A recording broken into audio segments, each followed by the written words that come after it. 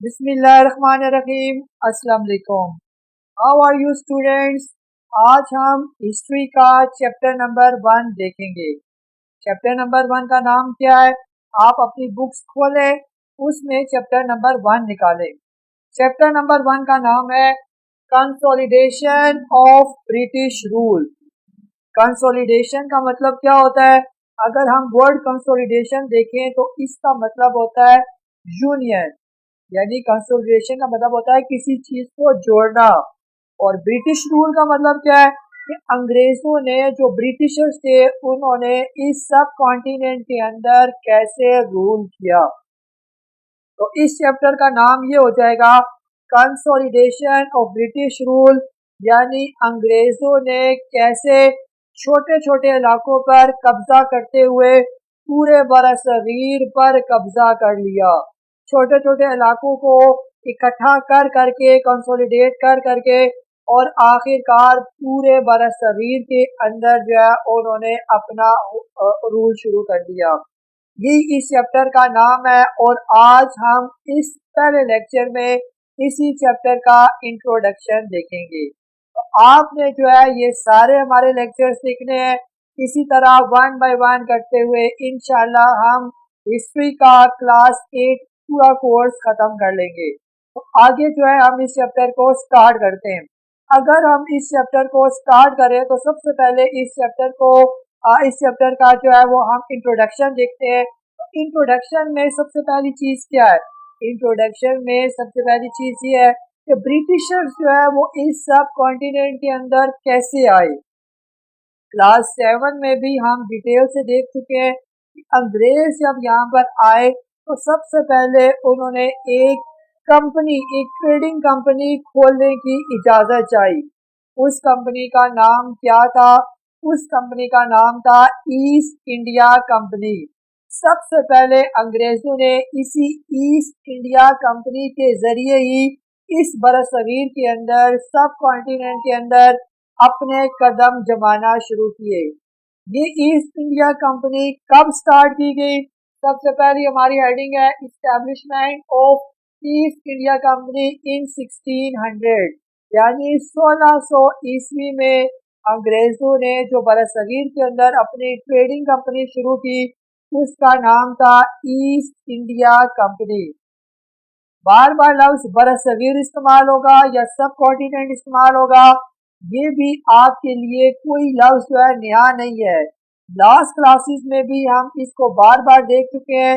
سب continent کا مطلب یہ ہے کہ 1947 سے پہلے، یعنی جب پاکستان بنا 14 اگست 1947 کو، اس سے پہلے اس زمین کو جس میں آج پاکستان، انڈیا اور بنگلہ دیش موجود ہے، اس کو برصغیر یا سب کانٹیننٹ کہا جاتا تھا. اب یہ برصغیر کا لفظ جب بھی استعمال ہوگا یا سب کانٹیننٹ کا لفظ جب بھی استعمال ہوگا تو آپ کے ذہن میں فوری طور پر پاکستان، انڈیا اور بنگلہ دیش کی زمین آ جانی چاہیے. یعنی ان تینوں ملکوں کو ملا کر ایک ہی ملک ہوا کرتا تھا جس کو سب کانٹیننٹ، برصغیر یا انڈیا کہا جاتا تھا. اسی برصغیر کے اندر انگریزوں نے 1600 میں ایک اپنی جو ہے ٹریڈنگ کمپنی شروع کی. اپنے ملک انگلینڈ سے یہ چیزیں لاتے اور یہاں پر آ کر اس کو فروخت کیا کرتے تھے. اس طرح کی ٹریڈنگ انہوں نے سٹارٹ کی. شروع میں تو جو ہے وہ چھوٹے لیول پر انہوں نے ٹریڈنگ کی، لیکن جب یہاں پر رہنے کے بعد انہوں نے دیکھا کہ یہ تو بہت زبردست جگہ ہے جہاں پر ڈفرینٹ قسم کے ویدر ہیں، ریسورسز یہاں پر بہت زیادہ ہیں، رہنے کی اپرچونٹیز یہاں پر ہے، ایگریکلچر یہاں پر موجود ہے اور اللہ تعالیٰ کی دی ہوئی بہت سی نعمتیں اس برصغیر میں موجود ہیں. تو انہوں نے اس زمین پر قبضہ کرنے کا پروگرام بنا لیا. تو آہستہ آہستہ پھر انہوں نے کیا کیا؟ جب انہوں نے دیکھا کہ جس علاقے میں جو بھی حکمران کمزور ہے انہوں نے طاقت کے بل بوتے پر اس حکمران کو شکست دینا شروع کی اور اس کے علاقے پر قبضہ کرنا شروع کیا. یہاں تک کہ ہم نے کلاس 7 میں بھی دیکھا تھا کہ انگریزوں نے ڈفرینٹ بیٹلز لڑی جس میں battle of Plassey, battle of Buxar, battle of Mysore. तो इन सारी जंगों के बाद अंग्रेज यहाँ पर बड़ी जो है बुरी तरह जो है इन हुक्मरानों को शिकस्त देने के बाद एक बड़ी ताकत से इस बरसगीर पर उन्होंने कब्जा कर लिया। तो battle of Plassey, battle of Buxar, battle of Mysore, इसकी अलग अलग से भी वीडियोस मौजूद है। मैं इस वीडियो की डिस्क्रिप्शन में भी इनके लिंक सेंड करूंगा, आपने ये वीडियोस लाजमी देखनी है। क्लास 7 में भी हम इन सारी बैटल्स को डिटेल से देख चुके हैं। इसके बाद जो है अंग्रेजों ने जब ये सारी जंगें लड़ने के बाद बरसगीर के अंदर बड़े बड़े जो नामवर किस्म के जो हुक्मरान थे उनको शिकस्त देने के बाद अब बाकायदा तौर पर इन्होंने अपने आप को एक्सपेंड करना शुरू कर दिया।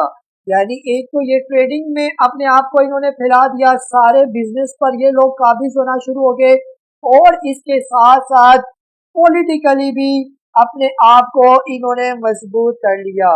अपनी अलहदा से इन्होंने सिक्योरिटी के लिए फौज बना ली और अपने जो है फौजी किले भी बना लिए, और साथ साथ जो है वो वेपन्स और डिफरेंट किस्म के हथियार भी अपने पास रखना शुरू कर दिए।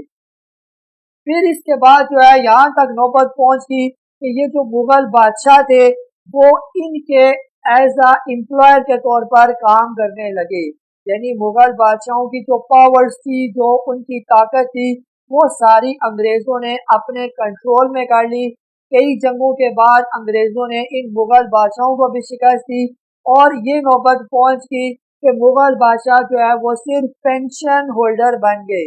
यानी अंग्रेज उनको माहवार के हिसाब से कुछ पैसे दे देते ताकि उनका गुजर बसर हो सके। बाकी कंट्रोल जो है वो अंग्रेजों के हाथ में ही था, उन्हीं के हाथ में सारी फौज थी और उन्हीं के हाथ में इस पूरे मुल्क के जो है वो इंतजामात थे ये। तो इसके बाद जो है अंग्रेजों ने फिर लोगों पर अपना रोब डालने के लिए यहाँ के लोगों पर हैवी टैक्सेशन का कानून नाफिज किया। मुख्तलिफ चीज़ों पर हैवी टैक्स लगाए गए, जिससे गरीब जो है वो गरीब तर होता गया। और यहाँ तक कि एक इम्पोर्टेंट इंसिडेंट भी आया जिसको बंगाल फेमीन इंसिडेंट भी कहा जाता है। हुआ यूं कि यहाँ पर अंग्रेजों ने सारी गंदम जो है वो आटा जो है यहाँ से गायब कर दिया। तो यहाँ के लोगों को जो है वो फाके करने पड़ गए, भूख से लोग मरना शुरू हो गए। तकरीबन 1 लाख के करीब जो है वो लोग बंगाल के अंदर इस जो है भूख से मर गए। और फिर क्या था, ये सारा किस लिए था? ये सारा इसीलिए था कि ये जो लोग हैं वो अंग्रेजों के गुलाम बन जाएं, अंग्रेजों के सामने अपना हाथ बनाएं और अंग्रेजों से डरना शुरू किए। तो अंग्रेजों ने अपना रोब डालने के लिए बिजनेस के अंदर तो अपना कंट्रोल कर ही लिया था, अब बिजनेस के जरिए ही हैवी टैक्सेशन करके और चीजों की किल्लत करके लोगों को अपने सामने जो है भीख मंगवाने पर मजबूर कर दिया। तो ये था हमारा heavy taxation and Bengal famine. फिर इसके बाद जो है अगली सिचुएशन ये आती है कि खास तौर पर जो फौज थी वो भी इस ब्रिटिशर्स के अंडर ही काम कर रही थी। अब इस फौज के अंदर जो हाई कमांड थे, जो बड़े बड़े जो ऑफिसर्स थे, वो तो अंग्रेज ही थे, लेकिन जो सिपाही थे वो मुसलमानों और हिंदुओं पर मुश्तमिल थे। अब ये जो मुसलमान और हिंदू थे, अंग्रेज इनको भी डिफरेंट जगहों पर यूटिलाइज कर रहे थे। कभी इनको समुंदर पार भेज दिया जाता और इनको बाज़ औक़ात जो है किसी और जो है मार्के के लिए भेज दिया जाता, और इन लोगों की तनख्वाहें भी कम थी, मजबूर लोग थे, लेकिन क्या करते, गुर्बत के हाथों ये भी मजबूर थे, ये भी अंग्रेजों के यहाँ एज आ फौजी के तौर पर मुलाजिम थे। ये इनके अंदर भी फ्रस्ट्रेशन और गुस्सा और ये सारी चीजें मौजूद थी जो अंग्रेज मुसलमानों और हिंदुओं के साथ कर रहे थे। अब एक ऐसा इंसिडेंट आया जिसकी वजह से जो है एक बहुत यानी इस सब कॉन्टिनेंट की पूरी हिस्ट्री चेंज होगी। वो इंसिडेंट कौन सा था? वो इंसिडेंट, उस इंसिडेंट को कहा जाता है इंसिडेंट ऑफ राइफल। अब ये इंसिडेंट क्या है? ये इस इंसिडेंट के अंदर होता कुछ यूं है कि अंग्रेजों ने अपनी फौज के अंदर, जैसे हम लोग बात कर चुके हैं कि उनकी फौज में जो हाई कमांड थी वो तो ब्रिटिशर्स ही थे, हाई कमांड का मतलब जो बड़े बड़े ऑफिसर्स होते हैं, जैसे colonel, lieutenant, brigadier, general, major, ये सारे जो बड़े बड़े ओहदे होते हैं, अंग्रेजों ने ये सारे ओहदे तो अपने पास रखे थे। जो सिपाही लोग थे वो मुसलमानों और हिंदुओं पर मुश्तमिल थे। अब अंग्रेजों ने क्या किया कि अपनी फौज के अंदर एक नया वेपन जो है वो इंट्रोड्यूस किया, जिसको कहा जाता है कार्ट्रिज राइफल। अब इस कार्ट्रिज राइफल में क्या होता था, इस राइफल के अंदर एक ऐसा कार्ट्रिज यानी एक ऐसा कारतूस इस्तेमाल किया जाता था जिसके अंदर गोश्त होता, और उस गोश्त को मुंह में चिबा कर फिर उस जो है राइफल के अंदर डाला जाता, तब वो राइफल जो है वो फायर होती थी। अब ये बात मशहूर होगी फौज के अंदर कि ये जो गोश्त इस्तेमाल किया गया है, ये दो जानवरों का मिलाकर इस्तेमाल किया गया है। ये दो जानवर कौन से थे? इनमें से एक जानवर कहा जाता है काऊ यानी गाय का गोश्त, और दूसरे नंबर पर पिग जिसको सुअर कहा जाता है। इन दोनों के गोश्त को मिलाकर एक चर्बी तैयार की गई, उसको उस कार्ट्रिज के अंदर रखा गया। अब उस कार्ट्रिज को पहले मुंह के साथ चिबाना होता था, फिर उसको जो है राइफल के अंदर डालकर फायर किया जाता था। अंग्रेजों ने अपनी फौज को हुक्म दिया कि आपने अब इस राइफल की प्रैक्टिस करनी है। अब जब इस राइफल की प्रैक्टिस की बात आई तो ये उन मुसलमानों और हिंदू फौजियों के लिए एक आजमाइश का मौका था।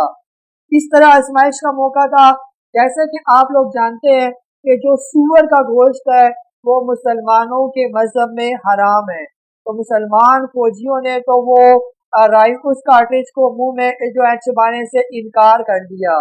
इसी तरह हिंदुओं के मजहब में भी जो गाय का गोश्त है उसको खाना हराम है, तो उन्होंने भी इस कार्ट्रिज को मुंह में चबाने से इनकार कर दिया। लेकिन आपको पता है कि फौज में ऐसा नहीं होता। फौज में जब ऊपर से हाई कमांड का जब ऑर्डर आता है तो आपको सिर्फ यस करना पड़ता है, नो करने का कोई ऑप्शन आपके पास नहीं होता। तो हुआ यूं कि कुछ लोगों ने जो है फौजियों ने इनकार कर दिया कि हम इसको किसी सूरत मुंह में नहीं चबाएंगे। जब अंग्रेजों ने ये बगावत देखी तो उन्होंने उन फौजियों को न सिर्फ सजाएं दी बल्कि उनको जेलों के अंदर डाल दिया। अब क्या हुआ, अब हुआ यूं कि जो इनके दोस्त जो इनके साथी फौजी थे वो ये सारा मंजर देख रहे थे और अंदर ही अंदर एक आग में जल रहे थे कि ये क्या हुआ कि हमारे साथियों को क्यों कैद में डाल दिया गया। तो इन लोगों ने फिर रातों रात प्रोग्राम बनाया और अपने उन फौजियों को जिनको अंग्रेजों ने कैद कर लिया था उनको उन जेलों से निकाल कर बाहर निकाल दिया। तो जब ये सारे बाहर आ गए और इन्होंने मिलकर फिर अंग्रेजों के खिलाफ एक जंग शुरू कर दी, जिसको रिवोल्ट ऑफ सोल्जर्स भी कहा जाता है। ये जब इन सोल्जर्स ने बगावत की तो अब इनकी बाकायदा तौर पर अंग्रेजों के साथ जंग होगी। ये अंग्रेजों के ही मुलाजिम अब मुलाजमों की आला ऑफिसर के साथ जो है वो जंग का समा पैदा हो गया। आहिस्ता आहिस्ता ये जंग एक शहर से दूसरे शहर, दूसरे शहर से तीसरे शहर, पूरे बरसगीर को इसने लपेट में ले लिया। अब ये जो फौजें थी, इन फौजों की क़ियादत आखिरी मुगल बादशाह बहादुर शाह जफर कर रहा था। दूसरी तरफ अंग्रेज जो है इसकी कमांड कर रहे थे। तो एक साल तक ये जंग चलती रही। कई दफा इन शाही फौजों को कामयाबी हुई, कई दफा ब्रिटिशर्स को कामयाबी हुई, लेकिन ब्रिटिशर्स के पास असले जो थे, वेपन्स जो थे वो लेटेस्ट थे, टेक्निक्स उनके पास बहुत जबरदस्त थी। और हुआ यूं कि अंग्रेजों ने एक साल के बाद इन सारे फौजियों को शिकस्त देने में कामयाब हो गए। और आखिरकार जब इन फौजियों को शिकस्त होगी तो इसके बाद जो है यानी इस जो लड़ाई है, इस लड़ाई को कहा जाता है वॉर ऑफ इंडिपेंडेंस 1857। इस वॉर ऑफ इंडिपेंडेंस में ये जो आज़ादी की एक जंग थी कि किसी तरीके से अंग्रेजों से हमारी जान छूट जाए, इसमें इन फौजियों को, इन मुसलमानों और हिंदुओं को नाकामी हुई और आखिरकार अंग्रेजों ने इस पूरे बरसगीर पर कब्जा कर लिया। जब अंग्रेजों ने इस पूरे बरसगीर पर कब्जा कर लिया तो उन्होंने मुगल बादशाह और इसके बेटों को तो और नवासों को तो कत्ल कर दिया, लेकिन मुगल बादशाह बहादुर शाह जफर को बर्मा के अंदर जो है वो जिला वतन कर दिया, उसको ये मुल्क से दरबदर कर दिया। फिर इस दफा जो है इस पूरे सब कॉन्टिनेंट को उन्होंने अपनी कॉलोनी बना दी। कॉलोनी कैसे बना दी, यानी ये भी आप लोगों को कॉलोनियल आप जो है रूल का कंसेप्ट पता होना चाहिए कि ब्रिटिशर्स ने इस सब कॉन्टिनेंट को कॉलोनी कैसे बनाया। कॉलोनी कहते किसको हैं, कॉलोनी जो है इस इंटरनेशनल रिलेशन के जो टॉपिक में या हिस्ट्री के इस टॉपिक में जो है कॉलोनी का मतलब ये होता है कि ब्रिटिशर्स का तो अपना असल मुल्क जो है वो ब्रिटेन था, इंग्लैंड था, जहाँ पर वो हुक्मरान थे, जहाँ पर वो उनका अपना आबाई मुल्क था, वहाँ पर तो इनकी अपनी हुकूमत थी। अब अपनी हुकूमत इंग्लैंड में होने के साथ साथ उन्होंने इस सब कॉन्टिनेंट के अंदर भी कब्जा कर लिया, यहाँ पर भी अपना कंट्रोल जो है वो कायम कर दिया और यहाँ पर भी अपना रूल कायम कर दिया। तो अब सब कॉन्टिनेंट के अंदर जो है जो ब्रिटिश की हुकूमत थी, इसको हम कहेंगे ये उनकी कॉलोनी है। वहाँ पर ब्रिटेन में उनकी मैन हुकूमत है और इस सब कॉन्टिनेंट के अंदर भी अब वही रूल चलेगा जो ब्रिटिशर्स चाहेंगे। इसी तरह इन ब्रिटेन की जहाँ जहाँ पर भी इंग्लैंड के अलावा जहाँ जहाँ पर भी हुकूमत होगी, हम कहेंगे ये उनकी कॉलोनी है। जैसे हम लोग लास्ट लेक्चर में जो है ये 7th क्लास में भी देख चुके हैं कि रशिया का जो है एक टाइम था उसकी हुकूमत सेंट्रल एशियन कंट्रीज पर भी थी, जिनमें काजिकिस्तान, तुर्कमानिस्तान, ताजिकिस्तान, ये जो कंट्रीज अब आज़ाद हो गए हैं, लेकिन एक टाइम ऐसा था यहाँ पर रशिया की हुकूमत थी, तो हम कहते हैं यहाँ पर ये रशिया की कॉलोनीज थी। तो उम्मीद है कि ये कॉलोनी वाला कंसेप्ट जो है आपको समझ आ गया होगा। तो जब अंग्रेजों ने यहाँ पर हुकूमत की तो उस वक्त अंग्रेजों पर जो यानी अंग्रेजों की जो मलका थी उसको क्वीन विक्टोरिया कहा जाता था। तो क्वीन विक्टोरिया की हुकूमत इंग्लैंड में थी, तो उस क्वीन विक्टोरिया की हुकूमत अब इस इंडिया के अंदर भी यानी सब कॉन्टिनेंट के अंदर भी कायम हो गई। क्वीन विक्टोरिया कौन थी उसको भी हम एक सिंपल से जो है वो इंट्रोडक्शन में वो भी हम देख लेते हैं। नेक्स्ट टॉपिक जो है हम इसको क्वीन विक्टोरिया को भी देख लेते हैं। क्वीन विक्टोरिया आपकी बुक के चैप्टर नंबर 10 पर जो है ये टॉपिक मौजूद है। तो डियर स्टूडेंट्स, आप जो है अपनी बुक का चैप्टर नंबर पेज नंबर जो है वो 10 ओपन करें। इसमें जो है क्वीन विक्टोरिया जो है, अगर हम क्वीन विक्टोरिया की डेट ऑफ बर्थ की बात करें तो 1819 में जो है इसकी डेट ऑफ बर्थ है और 1901 में इसकी डेथ होती है। ये क्वीन का विक्टोरिया का जो पूरा नाम था दैट वाज क्वीन अलेक्जेंड्रीना विक्टोरिया और she was daughter of Prince Edward three. ठीक है बच्चों, ये प्रिंस एडवर्ड थ्री की जो है वो बेटी थी। ये एग्जैक्ट डेट जो है इसकी पैदाइश की अगर हम देखें तो शी वाज बोर्न ऑन 24 मई 1819। 24 मई 1819 को ये पैदा हुई थी। फिर जो है इसको तख्त कैसे मिला वो भी हम देख लेते हैं। इससे पहले इसका जो तख्त था वो इसके ग्रैंडफादर और फिर ग्रैंडफादर से के बाद इसके फादर के पास आया। तो after the death of both his father and grandfather, उसके फादर और ग्रैंडफादर की डेथ के बाद जो है और इनकी डेथ होती है 1820 में। She inherited the throne in 1857 at the age of 18। ठीक है, तो 18 साल की उम्र में उसको तख्त मिल जाता है। तो यहाँ पर जो है वो पहले उन्होंने 1857 लिखा, ये सही नहीं है। पहले उसको जो तख्त पर जब वो बादशाह बनी उस वक्त जो है यानी जो डेट थी दैट वाज 20 जून 1837। ठीक है, तो she became the monarch of United Kingdom of Great Britain as well as of the island. 20 जून 1837 को वो ग्रेट ब्रिटेन की और आयरलैंड की जो है वो बादशाह बनी थी। उस वक्त उसकी उम्र जो है वो 18 साल थी। इसके बाद जो है जब अंग्रेज़ों ने इस बरसगीर को 1857 की जंग के बाद फतह कर लिया, तो ये क्वीन विक्टोरिया जो थी वो आज जैसे हम बात कर चुके हैं ग्रेट ब्रिटेन की तो बादशाह थी।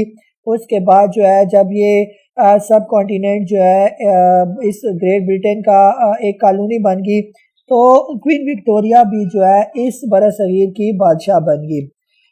ख़ास तौर पर जो है हम बात करें 1 मई 1876 को उसको जो है इस इंडिया का जो है इम्प्रेस ऑफ इंडिया बना दिया गया। ठीक है, यानी इस इंडिया की मलका बना दिया गया।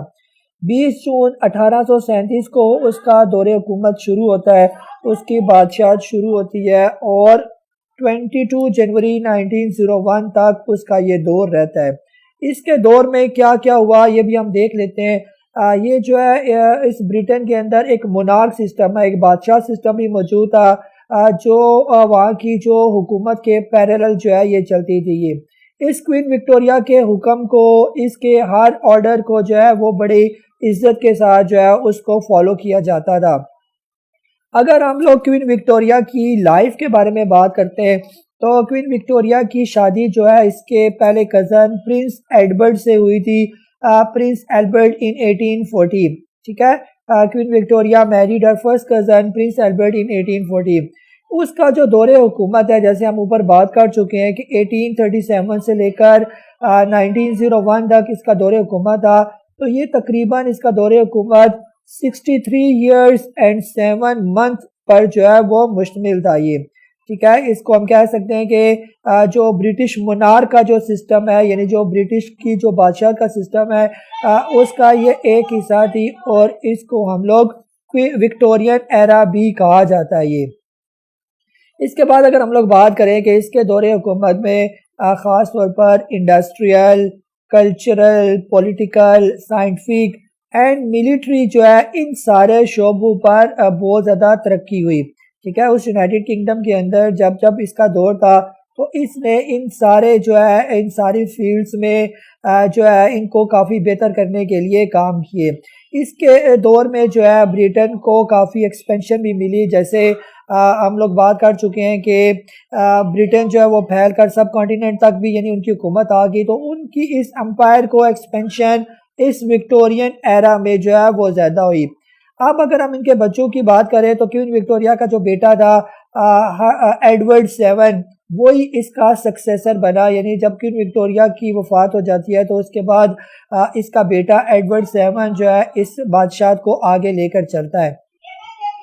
پھر the United Kingdom was established as a constitutional monarchy long ago in the Queen or the King held little direct political power۔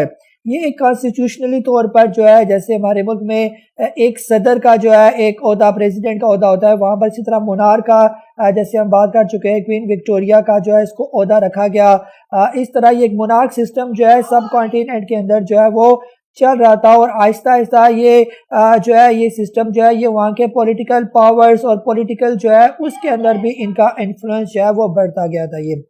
پھر کوئین وکٹوریہ نے بھی گورنمنٹ کی پالیسی میں بہت زیادہ انفلوئنس کرنا شروع کیا، اور خاص طور پر جو منسٹرز کی جو اپوائنٹمنٹ تھی اس میں بھی اس کا اہم رول ہوتا تھا۔ اس دوران جو ہے اس کی دور حکومت کے دوران جو ہے she gained a lot of popularity and she became a national icon بھی جو ہے وہ اس کو سمجھا جاتا تھا۔ she was known for a strict standard of personal morality، اخلاقیات کے لحاظ سے، ڈسپلن کے لحاظ سے اور اپنی پالیسی کے لحاظ سے اس کو اسٹرکٹ سمجھا جاتا تھا۔ اس کی یہ اسٹرکٹنس کی وجہ تھی کہ برٹش جو ہے امپائر کافی ایکسپینڈ بھی کی، ان کی انڈسٹریز میں، کلچرل میں، پولیٹکس میں، سائنٹیفک اور ملٹری میں کافی جو ہے وہ اس کے دور میں بہتری دیکھی گئی۔ تو یہ جو ہے آپ لوگوں کا جو ٹاپک ہے اس سے ریلیٹڈ آپ کی ایکسرسائز کے اندر جو ہے وہ کویشچن بھی ہے، خاص طور پر شارٹ کویشچن نمبر جو 1 ہے right 2 sentences about queen Victoria. یہ کویشچن بھی جو ہے آپ نے نہ صرف اپنی ہوم ورک کی کاپیز پر اس کو لکھنا ہے بلکہ آپ لوگوں نے اس کویشچن کو یاد بھی کرنا ہے۔ تو یہ تھا ہمارا جو ہے آج کا لیکچر نمبر 1۔ امید ہے کہ آپ لوگوں کو یہ سارا لیکچر اچھی طریقے سے سمجھ آ گیا ہوگا۔ آپ نے اس چیپٹر نمبر 1 کی جو ہے پیج نمبر 10 خاص طور پر ابھی جو ہم نے کوئین وکٹوریہ کا پڑھا، اور اس سے پہلے جو ہے جو لانگ کویشچن ہم نے جو ہے پیج نمبر 7 اور پیج نمبر 8 میں جو آپ کا پہلا لانگ کویشچن ہے اس کی بھی آپ نے ریڈنگ کرنی ہے اور اس کو بھی اپنی ہوم ورک کی کاپیز پر جو ہے وہ لکھنا ہے یہ۔ تو لانگ کویشچن نمبر 1 جو ہے آپ کا how did the British come into the power in the sub continent, یہ لانگ کویشچن جو ہے آپ کو پیج نمبر 7 اور پیج نمبر 8 پر جو ہے وہ مل جائے گا۔ آپ نے اس کو پہلے اچھی طریقے سے ریڈ کر لینا ہے اور جیسے جیسے میں نے آپ کو سمجھایا ہے اس کو آپ نے لیکچر کو بار بار دیکھنا ہے تاکہ آپ کو یہ ساری چیزیں سمجھ آئے، تو اس میں سے آپ نے اس لانگ کویشچن کو بھی اٹیمپٹ کرنا ہے۔ تو ساتھ ساتھ آپ اپنی ہوم ورک کی کاپیز پر ان کو لکھتے جائیں اور ساتھ ساتھ یاد کرتے جائیں۔ اسی طرح جو ہے ہمارے سارے لیکچر جو ہے آپ نے ہسٹری کے سارے لیکچر اور باقی سبجیکٹس کے بھی لیکچر آپ نے دیکھتے رہنا ہے، اور ہمارے ساتھ اسی طرح جو ہے آپ نے ان ٹچ رہنا ہے اپنے کالج کے پیج کے ساتھ، کالج کے چینل کے ساتھ۔ اسی طرح جو ہے آپ لوگوں کی اچھی طریقے سے پھر تیاری ہوتی رہے گی۔ تو آج کا لیکچر نمبر 1 جو ہے وہ اتنا ہی تھا۔ اپنا بہت سا خیال رکھیے۔ اوکے، اللہ حافظ۔